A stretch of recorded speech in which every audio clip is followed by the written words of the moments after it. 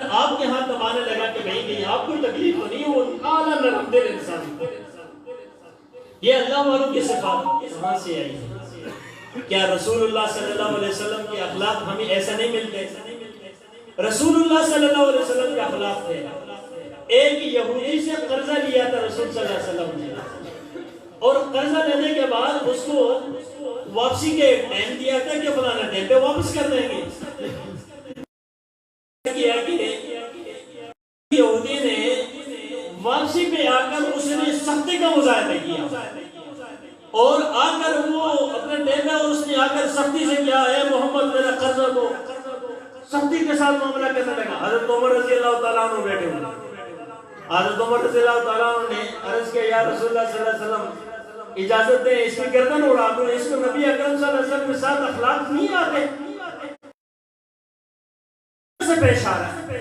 آپ صلی اللہ علیہ وسلم اعلیٰ اخلاق کے حامل.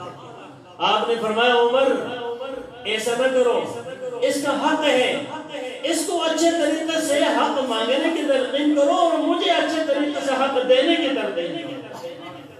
آپ صلی اللہ علیہ وسلم کی اخلاق دیکھیں کہ آپ صلی اللہ علیہ وسلم اس وقت بھی جبکہ وہ آدمی ایک زیادتی والا معاملہ کر رہا تھا اور آپ کو عمدہ اخلاق کی جو ہے کس طریقے سے ترتیب دے رہے تھے. آپ صلی اللہ علیہ وسلم تو وہ ذات ہیں کہ حضرت سلمان فارسی رضی اللہ تعالیٰ عنہ، یہ سلمان فارسی رضی اللہ تعالیٰ عنہ بہت عظیم انسان ہے. انہوں نے بڑی عمر پائی ہے، کوئی 300 سال سے زیادہ عمر انہیں پائی ہے. اور یہ وہ صحابی ہیں کہ جب آپ صلی اللہ علیہ وسلم کی تلاش میں نکلے تھے، اور ایک راہب نے کہا تھا کہ تم جاؤ، ایک کھجوروں کے مقامات ہیں اور وہاں آپ جاؤ تو مدینہ، اس کو پہلے یثرب کہتے ہیں مدینہ منورہ کو، تو وہاں جاؤ تو ادھر وہ شخص آئے گا، وہ نبی ادھر آئے گا، اور وہ وہاں جب آئے گا تو تمہیں ادھر مل سکتا ہے. تو وہ آئے، سفر کر کے آنے لگے کہ راستے میں اس کو غلام بھی بنا لیا تھا، لوگوں نے غلام بنا لیا، یہ زیادتی کی اس کے ساتھ. کچھ وہ شہزادہ تھا سلمان فارسی رضی اللہ عنہ. تو جس وقت وہ آئے تو آ کر اس کو راستے کے اندر ان کو غلام بنایا، غلام بناتے بناتے لا کر یہاں پر بیچ دیا مدینہ میں ایک شخص کے پاس. اب اس کا غلام بنا ہوا ہے اور غلام کی زندگی گزار رہا ہے. قصہ لمبا ہے، میں مختصر عرض کرتا ہوں کہ ایک معلومات کرتا رہتا ہے کہ کب وہ شخص آئے گا، کب آئے گا، کب آئے گا. ایک دن خبر ملی کہ جو اس کا مالک تھا نا، وہ اس کا بھائی، اس کو دوسرا یہودی تھے، کہہ رہے تھے کہ بھائی غضب ہو گیا، مدینہ کے اندر وہ شخص آ گیا، اس کو محمد آ گیا، وہ نبی آ گیا ہے جو نبوت کا دعویٰ کرتا تھا، اور اب تو لوگ اس کی طرف جانے لگے ہیں، اب مصیبت ہو گئی ہے. اب ان کے لیے پریشانی. اس نے سنا تو سنتے ہی نیچے اترا اور آ کر اپنے والد سے کہنے لگے کیا خبر ہے، کیا ہے. اس نے تھپڑ مارا، اس نے کہا تجھے کیا، غلام آدمی جا کر اپنا کام کر. اس کو پتہ چل گیا. اس نے کیا کیا کہ رات کے ٹائم میں دن کو مزدوری کرتا تھا، رات کے ٹائم میں نکل کے کھجوریں لیا اپنے ہاتھ میں اور رسول اللہ صلی اللہ علیہ وسلم کا خدمت اقدس میں پہنچ گیا. جب آپ صلی اللہ علیہ وسلم کی خدمت میں پہنچا تو عجیب معاملہ ہوا. آپ صلی اللہ علیہ وسلم سے ملا اور سلام کیا، اور پھر اس کے بعد آپ کی خدمت میں کچھ کھجور پیش کی اور کہا یا رسول اللہ صلی اللہ علیہ وسلم یہ صدقہ کے کھجور ہیں. آپ صلی اللہ علیہ وسلم نے فرمایا کہ صدقہ کے کھجور نبی نہیں کھایا کرتا، اور کہا کہ مجھ پر جو ہے صدقہ کے کھجور ٹھیک نہیں، آپ نے واپس کر دیا. تو سلمان خوش ہو گیا. وجہ یہ تھی کہ سلمان کے سامنے 3 نشانیاں اس کے سامنے پیش کی گئی تھی. وہ 3 نشانیوں کو دیکھنا چاہتا تھا. پہلی نشانی تو سچی آ گئی. دوسرے دن پھر اسی طریقے سے وہ آیا، پھر کچھ کھجوریں لے کر آیا اور آ کر اس نے پھر پیش کی. پھر عرض کیا یا رسول اللہ صلی اللہ علیہ وسلم یہ ہدیہ ہے. آپ صلی اللہ علیہ وسلم نے ان کو قبول کیا اور ان کو تناول فرمایا. پھر واپس چلے گئے. موقع کی تلاش تھی ان کو. یہ جو تیسری جو علامت تھی نا، یہ دیکھنا چاہتے تھے، اور یہ عجیب علامت تھی، ظاہر نظر بھی نہیں آتی کیونکہ مہر نبوت کو دیکھنا تھا. تو آپ صلی اللہ علیہ وسلم ایک مرتبہ حضرت عثمان ابن مظعون رضی اللہ تعالیٰ عنہ جو مدینہ منورہ کے اندر جنت البقیع کا جو قبرستان ہے نا، بنیاد اسی سے پڑی. پہلے صحابی ہیں کہ جو وہاں پر فوت ہوئے اور آپ صلی اللہ علیہ وسلم کے ساتھ بڑی ان کی محبت تھی. آپ صلی اللہ علیہ وسلم نے خود ان کو قبر قبر کے اندر اتارا اور آپ صلی اللہ علیہ وسلم خود قبر کے اندر تشریف لے گئے اور عثمان کی جو لاش تھی نا آپ کی جو وہ آپ کی گود میں تھی اور آپ صلی اللہ علیہ وسلم کے آنسو مبارک گرے ان کے اوپر. صحابہ رش کیا کرتے تھے کہ کاش اسی جگہ پہ ہم ہوتے اور نبی کے آنسو ہمارے چہرے کے اوپر گر رہے. اور آپ نے فرمایا کہ میرے اس کو دفن کیا اور کہا کہ میرے خاندان کی جو ہے نا وہ قبریں ان کے آس پاس یہاں پر ہوں گی. پھر آپ صلی اللہ علیہ وسلم تشریف فرماتے ہیں. حضرت سلمان فارسی رضی اللہ تعالیٰ عنہ آگے. اب اس وقت کچھ ہوا چل رہی تھی تھوڑی تھوڑی تو کہتے ہیں سلمان فارسی رضی اللہ تعالیٰ عنہ آپ صلی اللہ علیہ وسلم کے سامنے آئے. سامنے آ کر آپ تھوڑے سے دیکھنے لگے تو سمجھے کہ یار یہاں تو میری نظر نہیں پڑے گی. انہوں نے کیا کیا کہ دیکھ رہے صحابہ بھی دیکھ رہے ہیں اور بھی بیٹھے ہوئے. حضرت سلمان فارسی اٹھ کر پیچھے کی طرف جانے لگے اور جب پیچھے کی جانے لگے تو رسول اللہ صلی اللہ علیہ وسلم نے فرمایا سلمان تیسری نشانیوں کا انتظار نہ کرو کہ ہوا چلے گی اور تم میرے جو ہے مہر نبوت کی نشانی کو دیکھو. کرتا اٹھایا اور کہا یہ دیکھو مہر نبوت لگی ہوئی ہے اور تیسری نشانی سامنے آ گئی. سلمان چمٹ گئے اس کے ساتھ جا کر بوسہ دیا اور پھر اس کے بعد کلمہ پڑھ کر مسلمان ہو. نشانیاں آپ صلی اللہ علیہ وسلم کا اندر دیکھیں. آپ صلی اللہ علیہ وسلم کے کیا اخلاق تھے, کتنے عظیم تھے. اب اگلے مقصد کی طرف آتے ہیں کہ مجھے یہ بتائیں کہ آسمانوں سے رحمت کا نزول, آسمانوں سے برکات کا نزول, ثمرات کا نزول, یہ کس چیز پر ہوتے ہیں, کون سی مخلوق پر ہوتے ہیں؟ کیا بے جان پتھروں پر ہوتے ہیں یا کوئی درند پرندوں پر ہوتے ہیں یا ہم انسانوں پر ہوتے ہیں؟ کس پر ہوتے ہیں؟ انسان پر کب ہوتے ہیں؟ دنیا کے تو کافر بھی بستے ہیں. کتنی دنیا ہے کافروں کی اور ان کافروں کی بستیوں پر رحمت نہیں برستی, ان کے اوپر تو غضب برستا ہے. تو انسانوں کے اندر بھی تمیز ہو گئی, کافر سائڈ میں ہو گئی. اب ہم رہ گئے محمد رسول اللہ صلی اللہ علیہ وسلم کے نام لیوا. اب یہ رحمت کس پر برستی ہے؟ دیکھو یاد رکھیں رحمتوں کی برسات اس پر ہوتی ہے جو محمد رسول اللہ صلی اللہ علیہ وسلم کے اخلاق کو اپناتا ہے. اخلاق کو اپنانے کا مطلب یہ ہے کہ بھئی میں کچھ عمل کروں گا نا تو کہا جائے گا کہ یہ اخلاق والا ہے. عمل ہی کچھ اور ہے تو کوئی کہے گا کہ یہ اخلاق والا ہے. بھئی آپ لوگ نماز نہ پڑھو تو کوئی کہے گا نمازی ہے, نماز نہ پڑھو تو نمازی کہے گا. کوئی آپ حج نہ کرو کوئی کہے گا حاجی ہے. بھئی آپ نے اگر جو ہے نا کوئی زکات نہ دی تو کوئی کہے گا زکات دینے والا ہے. بھئی آپ نے سچ نہ بولا تو کوئی کہے گا سچ بولنے والا ہے.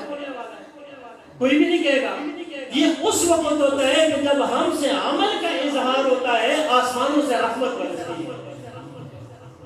اب حدیث میں آتا ہے آپ صلی اللہ علیہ وسلم نے فرمایا الا ان للہ اہلین من الناس, کہ خبردار ہوشیار رہو کہ کچھ اللہ کے اہل ہیں, گرانے والے ہیں اس زمین کے اندر. زمین کے اندر کچھ اللہ کے گرانے والے ہیں. صحابہ کرام عرض کیا قالوا یا رسول اللہ من ہو, وہ کون ہے کہ جو اللہ کے گرانے والے ہیں, اتنے عظیم لوگ ہیں؟ تو آپ نے فرمایا اہل القرآن ہم اہل اللہ و خاصہ, یہ قرآن والے ہیں جو اللہ کے اہل ہیں اور خاص ہیں. قرآن والے ہیں جو اللہ کے اہل ہیں اور کیا ہے. اب ہم اندازہ کریں, ایک طرف تو یہ بشارت ہے لیکن دوسری طرف سے ایک قاری القرآن ہے. حدیث میں آتا ہے کہ جہنم کی ایک وادی ہے, اس کو کہتے ہیں جب الحسن. جہنم خود اس سے کئی 300 مرتبہ دن میں پناہ مانگتی ہے. جہنم خود اس سے پناہ مانگتی ہے. تو عرض کیا یا رسول اللہ صلی اللہ علیہ وسلم اس کے اندر کون بدقسمت جانے والا ہوگا؟ تو آپ صلی اللہ علیہ وسلم نے فرمایا وہ قاری القرآن جو القراؤن المراؤن, جو دکھلانے کے لیے قرآن پڑھا کرتا تھا.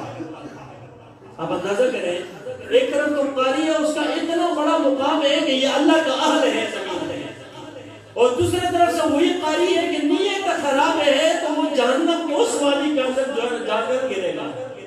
اب دونوں میں کیا فرق ہوا؟ یہاں سے عمل اللہ کے لیے ہوگا، دل صاف ہوگا، خالص ہوگا تو رحمت برسے گی، اور اگر اس طریقے سے نہیں ہوگا، نیتوں کے اندر کھوٹ ہوگا، اخلاص نہیں ہوگا، اللہ کی محبت نہیں ہوگی، کچھ اور ہوگا، تو رحمت نہیں برسے گا بلکہ غضب برسے گا۔ تو میرے بھائیوں، ہم اپنے آپ کو، یہ چیز صرف اس حد تک نہیں ہوتی کہ ہم نے نبی اکرم صلی اللہ علیہ وسلم کے اخلاق کو بیان کر دیا اور اس کو چھوڑ دیا۔ ایک آدمی تھا نا، وہ کہتا تھا، ایک اللہ والے کے سامنے آیا اور اس نے کہا کہ حضرت میرے سے یہ بدنظری نہیں چھوٹتی ہے نا، میں اور گناہ سارے چھوڑ دیتا ہوں نا، یہ بدنظری نہیں چھوٹتی ہے، نظر کا گناہ مجھ سے نہیں چھوٹتا۔ تو عجیب طریقے سے اس کی اصلاح کی اللہ والے نے۔ انہوں نے کہا اچھا نہیں چھوٹتی؟ اس نے کہا کہ نہیں چھوٹتی۔ اس نے کہا ایسا کرو کہ ترتیب بتاتا ہوں لیکن اس سے پہلے کام کرنا پڑے گا۔ بالکل حضرت تیار ہوں، کام کروں۔ یہ دودھ کا پیالہ لے جاؤ، اور بستی کے پلے شہر بازار سے گزر کے جانا پڑتا تھا کہ اس کے پلی طرف ایک اللہ والا رہتا ہے، اس کو یہ دودھ جا کر پہنچا کر آ جاؤ۔ لیکن جانا کیسا ہے کہ اس کا ایک قطرہ نیچے نہ گرے، اگر گرا ہے تو یہ ایک ساتھی تمہارے ساتھ جائے گا، اس کے ہاتھ میں جوتا ہوگا اور اس نے جوتا تمہارے سر پہ مارنا ہوگا کہ جہاں یہ دودھ کا قطرہ گرے گا۔ اب وہ آدمی اس دودھ کو اٹھائے ہوئے جا رہا ہے، اسی پر نظر، نیچے بھی نظر، اس پر نظر، نیچے بھی نظر، اور جا کر اس نے بالکل سلامتی کے ساتھ دودھ پہنچا دیا۔ بڑا خوشی خوشی واپس آیا۔ اس نے کہا کیا ہوا؟ کہا الحمدللہ حضرت پہنچا کر آ گیا۔ اچھا بتاؤ کہ اس دوران کہیں بدنظری ہوئی ہے تمہاری کی نہیں ہوئی؟ کہ حضرت بدنظری کا تو سوال ہی نہیں پیدا ہوتا تھا۔ کہ کیوں؟ کہ حضرت دو چیزیں تھیں، ایک تو یہ تھا کہ دودھ کا کوئی قطرہ نہ گر جائے، اور دوسرے یہ کہ بھرے بازار کے اندر ساتھی نے مجھے جوتا مارنا ہے، اگر اس نے بھرے بازار میں جوتا مارا تو پھر بھی میری بھی عزتی ہو جائے گی اور لوگوں کے سامنے مجھے جوتے پڑیں گے، اور دوسرے دودھ کا قطرہ گر گیا تو پھر بھی شرط پوری نہیں ہوگی۔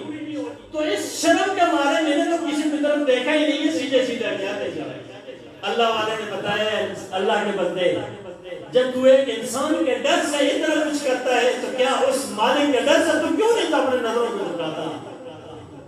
اس مالک کے ڈر سے کیوں نہیں جھکاتا جس نے قرآن میں حکم دیا ہے کہ قل للمؤمنین یغضوا من ابصارہم، کہ اپنی نگاہوں کو نیچے رکھو، ہماری نگاہیں اوپر اٹھیں اور رحمت کے بجائے غضب آسمان سے ہمارے اوپر اترے، پھر ہم کہیں کہ نہیں ہم رحمتوں کے متلاشی ہیں، پھر ہم کہیں کہ رسول اللہ صلی اللہ علیہ وسلم کو امتی ہیں، پھر ہم کہیں کہ ہم اللہ کے بندے ہیں، پھر جنت کا ٹھیکیداری بھی ہمیں کریں۔ یہ دیکھیں ہم خیالی ہے، یہ شیطان کی صرف جو بہکاوا ہے اور کچھ نہیں ہے۔ ہمیں اپنے اعمال کو درست کرنا پڑے گا، اپنے دلوں کو صاف کرنا پڑے گا۔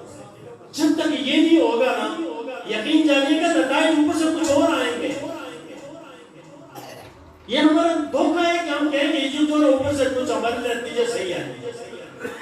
اور آج آخر میں آپ کو شیطان کے حربوں میں سے 5-6 حربے بتاتا ہوں کہ یہ کس طریقے سے انسان کو وار کرتا ہے۔ یہ غور سے سنیں، اور آپ ابھی اپنا فیصلہ نکالیں گے، خود نتیجہ نکالیں گے، فیصلہ کرنا آسان ہوگا کہ مجھے یہاں کو بہکارا ہے، ادھر بہکارا ہے، ادھر بہکارا ہے، کیا کرتا رہتا ہے۔ ہمارے حضرت نے لکھا ہے، ہمارے حضرت کو اللہ نے بڑا کمال دیا الحمدللہ۔ حضرت پیر ذوالفقار احمد نقشبندی صاحب مدثر اللہ علیہ الحمدللہ کئی ملکوں میں 80-90 ملکوں کے اندر سفر کیا ہے، اور اللہ تبارک و تعالیٰ کی رحمتوں کو الحمدللہ جو ہے نا لوگوں کے اندر عام کیا ہے، لوگوں کے دلوں کو اللہ الحمدللہ منور کیا ہے۔ اور میں آپ کو سچ بتاؤں بھائی، سیدھی سی بات یہ ہے کہ یہ فقیر آپ کے سامنے جو بیٹھا ہے نا، اپنا تجربہ بتاتا ہوں، عالم ہونے کے باوجود بھی ہمارا دل روشن نہیں تھا جب تک حضرت کی نسبت نہیں ملی۔ نسبتوں کے بعد انسان کو پتہ چلتا ہے کہ گناہ کیا ہے، گناہ کی کدورت اور نفرت پھر پتہ چلتی ہے، نہ کچھ بھی نہیں۔ اب کیونکہ شیطان ہمیں بہکاتا ہے، اور کیسے بہکاتا ہے دیکھیں۔ سب سے پہلے شیطان بہکائے گا، نمبر 1 آپ کو نیک کام سے روکے گا، آپ کو نیک کام سے روکے گا، اس کی کوشش ہی ہوگی کہ یہ انسان نیک کام نہ کر سکے۔ یہ تو پہلا وار ہے اس کا، لیکن عام طور پہ اس پر کامیاب نہیں ہوتا۔ کیونکہ انسان اپنے والد سے، اپنے گھرانے سے